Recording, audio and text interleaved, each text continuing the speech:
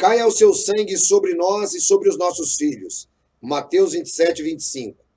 Será que isso se cumpriu em Jerusalém no ano 70? Será que tem um cumprimento futuro? Vem comigo agora pela Bíblia. Olá, irmãos internautas! Que maravilha, que prazer enorme estarmos juntinhos de novo para mais um programa de perguntas e respostas pela Bíblia.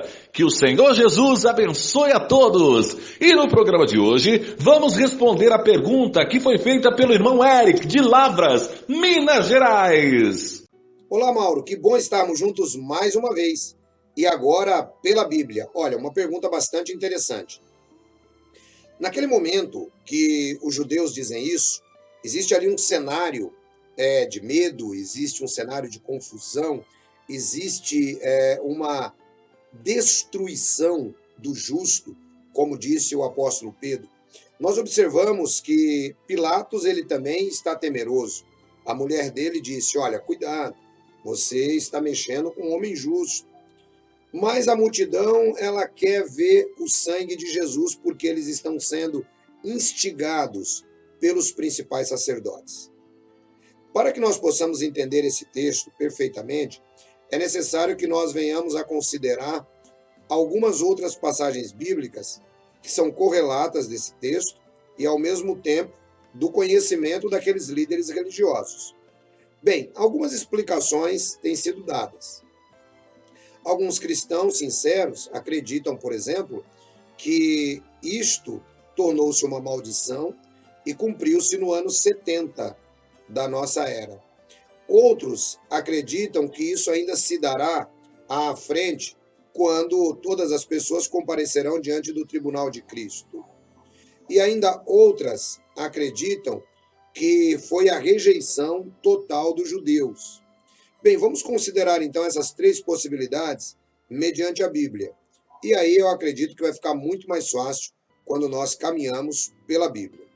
Eu quero começar considerando aqui o livro de Lucas, no capítulo 23, que é uma passagem paralela da crucificação de Cristo.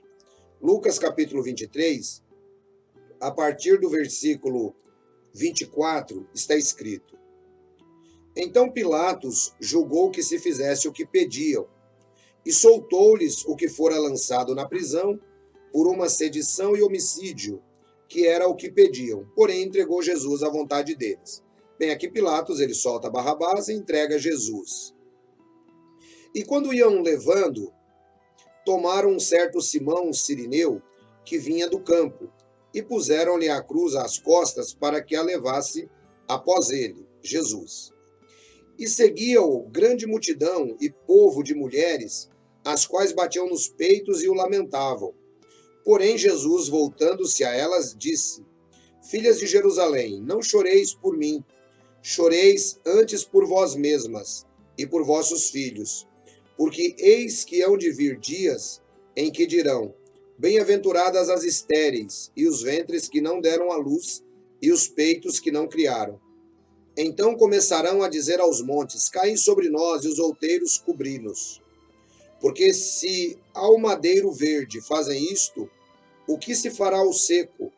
E também conduziram outros dois que eram malfeitores para com eles serem mortos. E quando chegaram ao lugar chamado Caveira, ali o crucificaram, e aos malfeitores, um à direita e outro à esquerda. E dizia Jesus: Pai, perdoa-lhes, porque não sabem o que fazem. Repartindo seus vestidos, lançaram sortes. E o povo estava olhando, e juntamente com eles também os príncipes zombavam dele, dizendo: Salvou os outros, salve-se agora a si mesmo, se é o Cristo, o escolhido de Deus. E também os soldados escarneciam, chegando-se a ele e apresentando-lhe vinagre, e dizendo: Se tu és o rei dos judeus, salve-te a ti mesmo. E também por cima dele estava escrito um título, com letras gregas, romanas e hebraicas: Este é o rei dos judeus. Muito bem, aqui nós consideramos então uma das passagens onde cria-se a possibilidade de que a destruição de 70 da era cristã, ela era o cumprimento daquela maldição que eles próprios pediram sobre si. Quando Jesus Cristo diz: filhas de Jerusalém, não chorem por mim, chorem por vocês e pelos seus filhos, porque chegarão dias em que vocês vão preferir que os montes caiam sobre vocês. Então, essa passagem, ela nos dá margem para entender que o cumprimento, de fato, ocorreu no ano 70, quando Jerusalém foi destruída e quando o templo foi completamente destruído. Ok? Então, nós temos aqui essa primeira versão, que pode ser uma versão muito próxima daquilo que nós entendemos aí de acordo com os estudiosos das Escrituras. Vamos para a segunda versão. A segunda versão é de que Deus havia rejeitado o seu povo naquela ocasião. Bem, essa não parece ser uma explicação plausível com as Escrituras. Por quê? Acompanhe comigo Atos dos Apóstolos, capítulo 6, versículo 7. E crescia a palavra de Deus, e em Jerusalém multiplicava-se muito o número dos discípulos, e grande multidão dos sacerdotes obedeciam à fé. Note então que, pouco tempo depois, alguns sacerdotes, e quando eu digo alguns, na realidade nós estamos falando de muitos, não é? Estavam obedecendo à fé.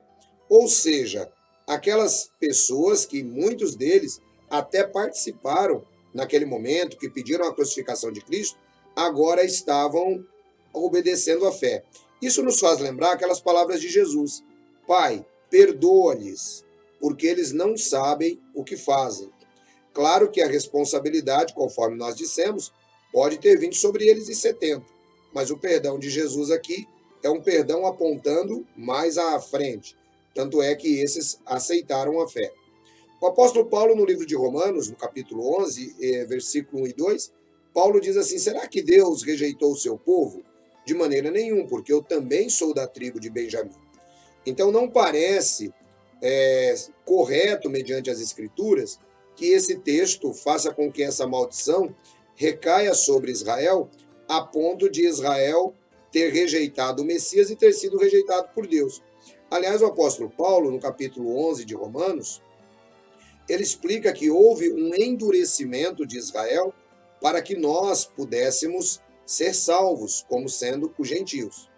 Portanto, essa ideia de que caia o sangue sobre nós e sobre as nossas cabeças, e por isso Deus rejeitou Israel, e agora a Igreja Católica é a igreja que substitui o Israel, ou qualquer outra seita que pegue as profecias bíblicas e diga que aquilo é uma aplicação a um Israel espiritual, classificando a si própria no lugar dos israelitas, está completamente fora daquilo que a Bíblia diz.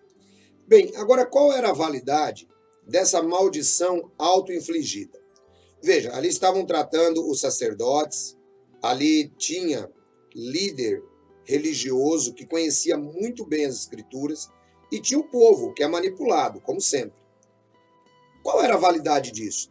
Será que as Escrituras hebraicas corroboravam com tal maldição? Isso é muito importante de nós considerarmos. Veja comigo, por exemplo, Deuteronômio, capítulo 24, versículo 16. Está escrito: os pais não morrerão pelos filhos, nem os filhos pelos pais. Cada qual morrerá pelo seu pecado. Veja que, de acordo com a lei de Deus, então aquela fala do povo, caia sobre nós e sobre os nossos filhos, ela já não era possível. Porque os filhos deles nada tinham a ver com aquele momento de uma escolha que eles estavam fazendo. De acordo com a lei de Deus, não era possível que essa maldição se estendesse, por exemplo, conforme alguns dizem, ao holocausto, de maneira alguma. Mas nós temos outros textos que corroboram essa visão. Vamos lá. Segundo de Reis, capítulo 14, versículo 6, está escrito: porém os filhos dos matadores não matou, como está escrito no livro da lei de Moisés, no qual o Senhor deu ordem dizendo: não matarão os pais por causa dos filhos, e os filhos não matarão por causa dos pais, pois cada um será morto pelo seu pecado. Bem, veja então que Deus, ele não iria contradizer a sua própria lei por conta de um pedido humano. A Bíblia diz que os filhos não pagariam pelos pais e os pais não pagariam pelos filhos, de modo que aquelas pessoas não tinham essa autonomia de dizer, olha, caia sobre nós e sobre os nossos filhos, de maneira alguma. Por isso, excetua-se um cumprimento posterior àquela geração que estava presente naquele momento. Alguns chegam até mesmo a dizer que o Holocausto foi resultado dessa maldição. Não, a Bíblia não concorda de maneira alguma com essa visão. Vamos a mais um texto que pode nos ajudar. Ezequiel, capítulo 18, versículo 20. Está escrito: a alma que pecar, essa morrerá. O filho não levará a maldade do pai, nem o pai levará a maldade do filho. A justiça do justo será sobre ele, e a impiedade do ímpio será sobre ele. De modo que, se aquelas pessoas foram ímpias naquele momento, a própria responsabilidade teria que recair sobre eles. E nós ainda devemos nos lembrar o versículo 34 do capítulo 23, onde Jesus ele pede ao Pai um perdão sobre aquelas pessoas. De modo que, embora tenha uma responsabilidade e uma profecia de Jesus, chegará o tempo em que vocês terão que chorar pelos vossos filhos, parecendo aplicar-se à destruição de Jerusalém em 70, ainda assim Jesus pede que essas pessoas não sejam privados do conhecimento verdadeiro do Messias. Conforme nós citamos, muitos sacerdotes abraçaram a fé. E nós observamos isso também lá no livro de Atos, no capítulo 2, a partir do versículo 22 até o 41, no discurso do apóstolo Pedro. Então, essa segunda possibilidade de que Deus rejeitou o seu povo por conta desta maldição, ela está completamente fora de cogitação. Deus não atribui os erros do pai para o filho e do filho para o pai. Bom, o que dizer então da terceira visão? De que isto se cumpriria no futuro. Bom, essa possibilidade ela é muito clara. Pode até ter tido um cumprimento na época em Jerusalém, porque nós vimos que o próprio Jesus disse que chegaria tempo que elas chorariam. Mas, na verdade, os judeus, eles reconhecerão a Jesus Cristo como o Machia, como o Senhor e como o Salvador. E serão julgados. E aqueles que o crucificaram, claro, eles terão que se prostrar diante do próprio Cristo e serão julgados. Aí sim, a responsabilidade definitivamente cairá sobre eles e não seus filhos. É isso aí, Mauro. Um grande abraço a todos vocês e até o nosso próximo encontro pela Bíblia, a palavra de Deus sempre apresentada com muita responsabilidade. A Bíblia pela Bíblia. Ela se auto-interpreta. Deus abençoe, um grande abraço, fiquem todos na graça e na paz de nosso Senhor e Salvador Jesus. Obrigado, irmão Edson! É isso aí, o nosso professor ajudando a gente a entender direto pela Bíblia. É isso aí, é o Senhor Jesus nos abençoando e nós aqui no programa aprendendo diretamente da Bíblia. E você, ainda não fez sua pergunta? Vai fazer agora! Anota aí, @gmail.com. Esse é o e-mail, @gmail.com. E para você fazer a inscrição, você não paga nada. É isso aí, inscreva-se aqui no canal.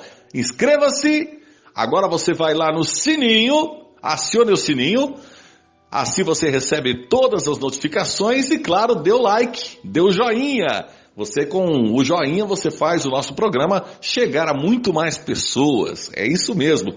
Comente, porque nós estamos em todas as plataformas, em todas elas. Estamos na internet toda, em todas as plataformas, para você comentar. E, claro, compartilhar também. Compartilhe, gente. Compartilhe com todo mundo. Inclusive, até aquela pessoa que você não gosta muito, né? Mas compartilhe, quem sabe a luz do Senhor Jesus, o Espírito Santo possa iluminar o coração das pessoas, né? E você será o portador de luz. Para quê? O que é mais gostoso do que isso? Ser portador de luz, nesses tempos de trevas em que a gente vive. Muito bom, gente. Foi um prazer enorme estar de novo com vocês. Mas no próximo programa tem mais uma grande pergunta e nós vamos aprender mais do Espírito Santo, aquilo que a Bíblia está nos ensinando nesse tempo do fim. É claro, e nós estaremos de volta se nosso Senhor e Salvador Jesus abençoar e permitir. Um grande abraço a todos!